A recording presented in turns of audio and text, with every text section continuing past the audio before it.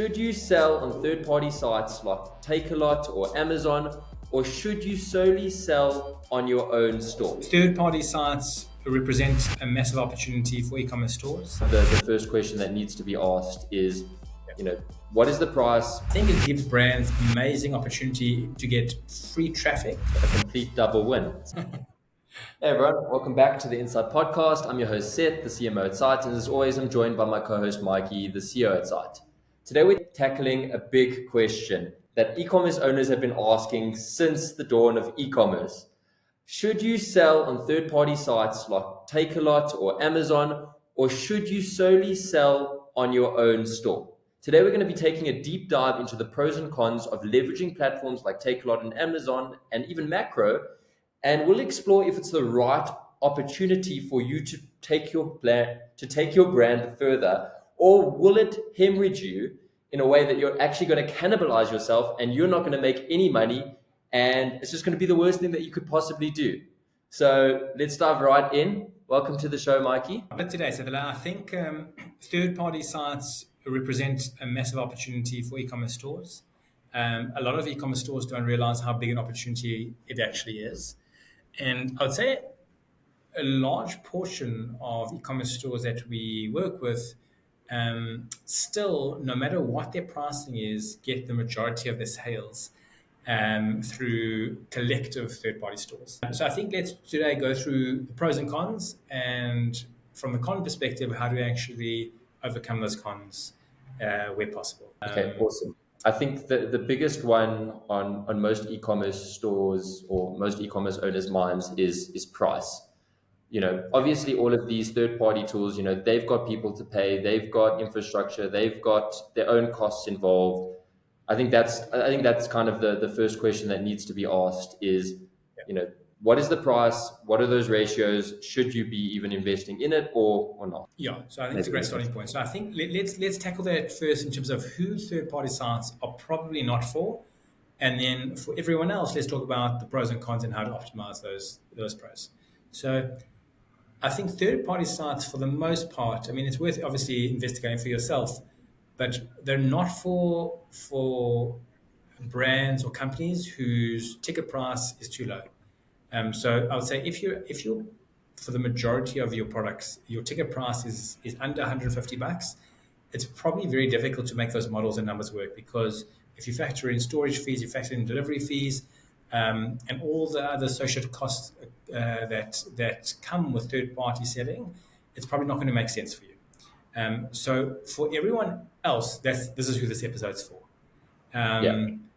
So, and I think let's just kind of understand the pros and cons let's talk about the cons and then how to negate those. So the cons that you want to avoid is for the most part cannibalization. That's really it.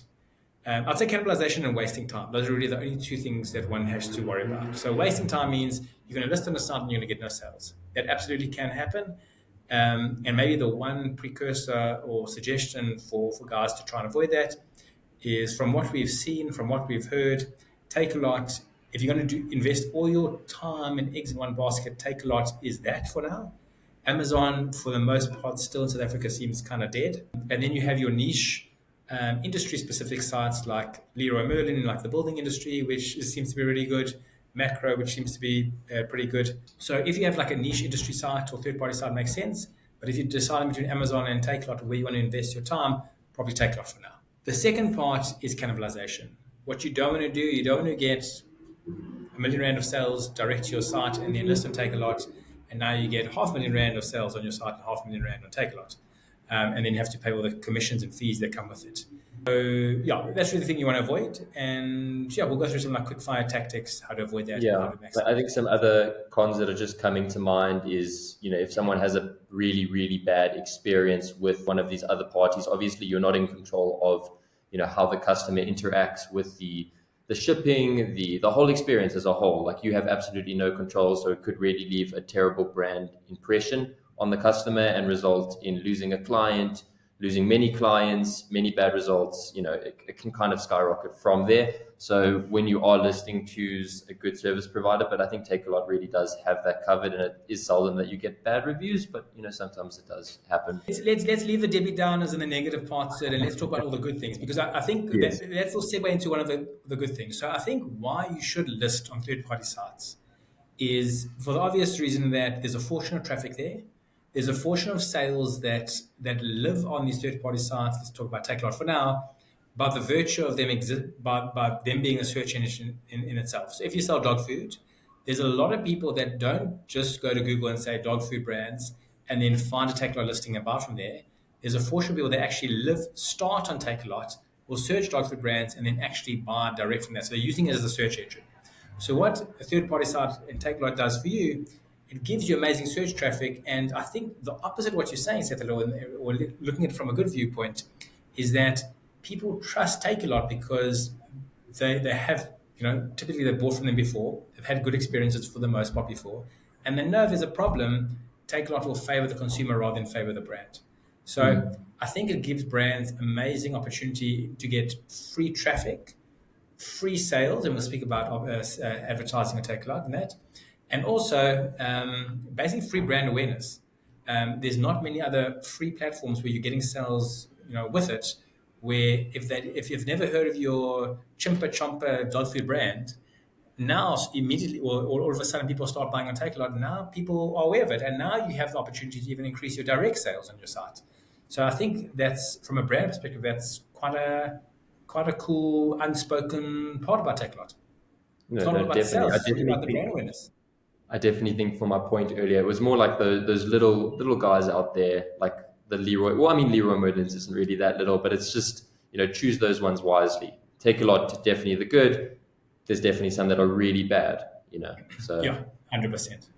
do your research there. And I think one like the second point, which is interesting on Takealot, is that because people trust it, and because people are comfortable for the most part, more comfortable on a Takealot than they are on an independent site, people are often prepared to pay more. And it's a remarkable thing. And what I would suggest for every brand out there, if you take one thing away from this today, I would say list on Takealot. I would say list at pricing significantly higher than you have on your website. And you won't believe, even when people, like, if you come up both in Google search as an example, you won't believe how many people are still going to default to Takealot at a higher price than going direct to your site. I think it solves for the fact that there's fees associated with selling on Takealot. So at the end of the day, even if you are getting some cannibalization, that at least you're covering your costs. And two, even if taking that out of it, consumers are just more comfortable at paying more on a third-party site, at least locally. So I think that's definitely a strategy that one should do. I think it's even further than that. It's like a complete double win. It's like, I think it's actually cheating the system the more I think about it, because you're winning from Takealot's perspective. You're making more money there. And if someone, or that is a conscious or a cost perspective buyer, then when you're bidding from a search perspective on Google, and price is normally the factor, whether it's not the brand affinity towards Takealot, then they'll go to your brand, and then you're making that sale. So I just think it's win-win for you. The one tricky part, and I think it's a good tactic also for selling on Takealot, that definitely brands want to consider, and I've seen this with one of our stationery clients did this before, is that what any third party site tries to do or tries to create is a marketplace of almost perfect competition. So if you're selling a brand or product which is for the most part seen as a commodity and has lots of competitors out there also selling on Takealot, the way to differentiate yourself is to bundle. Bundling in Takealot is key. So let's just say you're selling Hills dog food, and there's 100 other guys selling Hills dog food. To avoid racing to the bottom and just competing, in rands and cents, what you may want to do is you want to package your Hills dog food, or bundle it with maybe a dog food dispenser or a bowl or something like that. Something that differentiates your product from the rest. That's a good way to avoid, say, this race to the bottom in terms of price. And I think that's the thing on third-party sites where, again, the brand equity is gone. They're not buying from your company because they love your company and they're evangelists and they're loyal fans. They're now buying almost in a commodity type fashion that they're saying, well, I'm seeing these products as the same. I don't really care. I don't even know who sells the different products, and I want to get the cheapest price. So bundle to avoid having to price fight. What do you say, Sethela? I dig it. I dig it. Sneaky little. It's not even a sneaky tactic because then you can even bundle it with all of your low selling stock stuff that's just sitting there and Yeah. it's just taking up space and it's actually costing you more in storage fees. That's where you Yeah. bundle it there as well. Like I guess you just have to look at your bottom line and seeing what you can and what you can't give away and Yeah. take it from there. But brilliant little Exactly. strategy there, especially with low cost items like little things like that that are Exactly. seldomly affect your bottom line. Just little things there that are the reason that someone converts into a client or is the reason why they convert there. 100%. And then sometimes it's not even only the the bundling of associated products, so sometimes the volumes also. So again, I've seen this in the stationery game when instead of selling one big pen, or let's say the common way to sell big pens is in the hundreds, they would kind of package them in 150s. So again, like they almost create their own product, or it's not our own category, but it's really one's own product just by the volume of which you're selling. And I think there's like these psychological things happen. I think just going back to one's own store for a second, I thought it was really, I don't say sneaky, but like sneaky slash smart when Nespresso at one stage, maybe not Nespresso, maybe it was kind of competing coffee brands. They were selling pods in not non-groups of 10. So they're selling like 12 at a time or 16 at a time. And it just makes it that much more difficult to understand, well, what does one pod cost? Yeah, And I think it's a little psychological, like volume bundles have benefit on one's own website and on third parties as well. absolutely. If I tell you your cost is 160 Rand, but it's for 16 pods, quite hard to know like immediately what does one pod cost? When it's for 10 pods, well, it's so much easier. So I think I think there's lots of these Yeah. commerce tips out there. Yeah, little, but I guess these are little sales tactics as well. I mean, from a marketing Yeah, perspective, they do work well, but it's that combination. Your marketing has to work with your sales, and everything homogeneously needs to work together. So sure. And it's our last tip for third-party sellers. Should you advertise or not? Now, I think most brands that we work with that list on third-party sites don't advertise.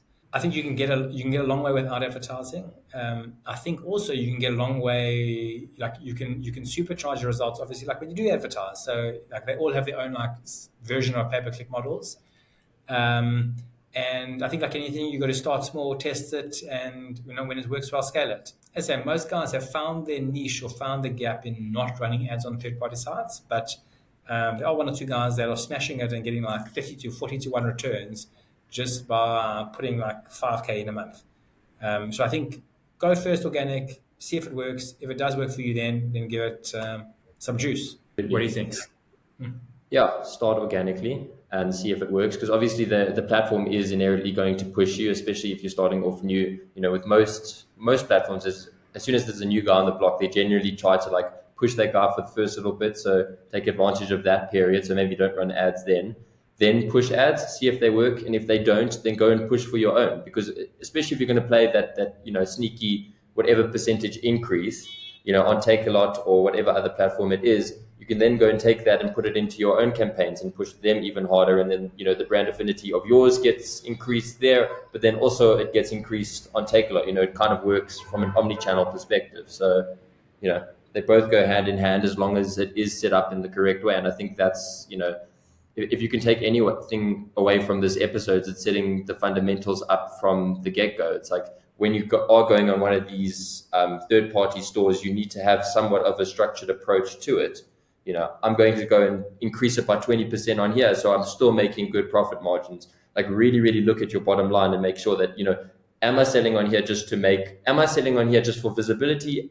Clearly identify what your goals are for being on that platform. If it is sales, then have it with that percentage increase. Have it with that, that it is benefiting you, not that platform, not anyone else. At the end of the day, you're in business. You need to cover your bottom line. So make sure it is working for you, not just a ego thing that I'm on all these platforms. And last thing, let's just wrap it up with, I'll give you the last, because again, I think for most brands it's a no-brainer, to list. I'll end with one cautionary tale that the difference of third-party sites to one's own brand is that it can all go away. Of course, it can all go away in your own store as well, but much more unlikely. And I've seen some, or I've heard some really bad stories where people have built incredible businesses on Takealot, and they've gone from big businesses to zero, literally like almost overnight.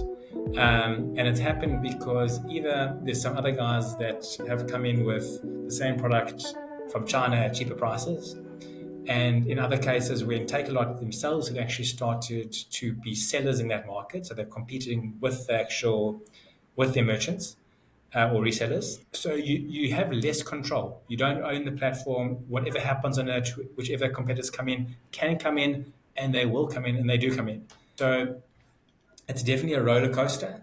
I think it's a nice to have. It's not something I think you can build a long term sustainable business on indefinitely on. Of course, you can, but I think there's risk very high, very high, and a lot of risk involved. But while it does work for you, you should definitely give it a bash. Yeah, I think it's that cautionary tale of don't put all your eggs in one basket. If you're building it on Takealot and the profit margins are good, look at other channels that can drive it further. I think that's you Don't always put need them to all be. in one basket, and definitely don't put it in the basket which is not your basket. So, thank you for joining. If you haven't listed on a third party site, we really strongly suggest you do, although we're all for going direct and advertising direct. If there's opportunity out there in a different avenue, you should definitely take it.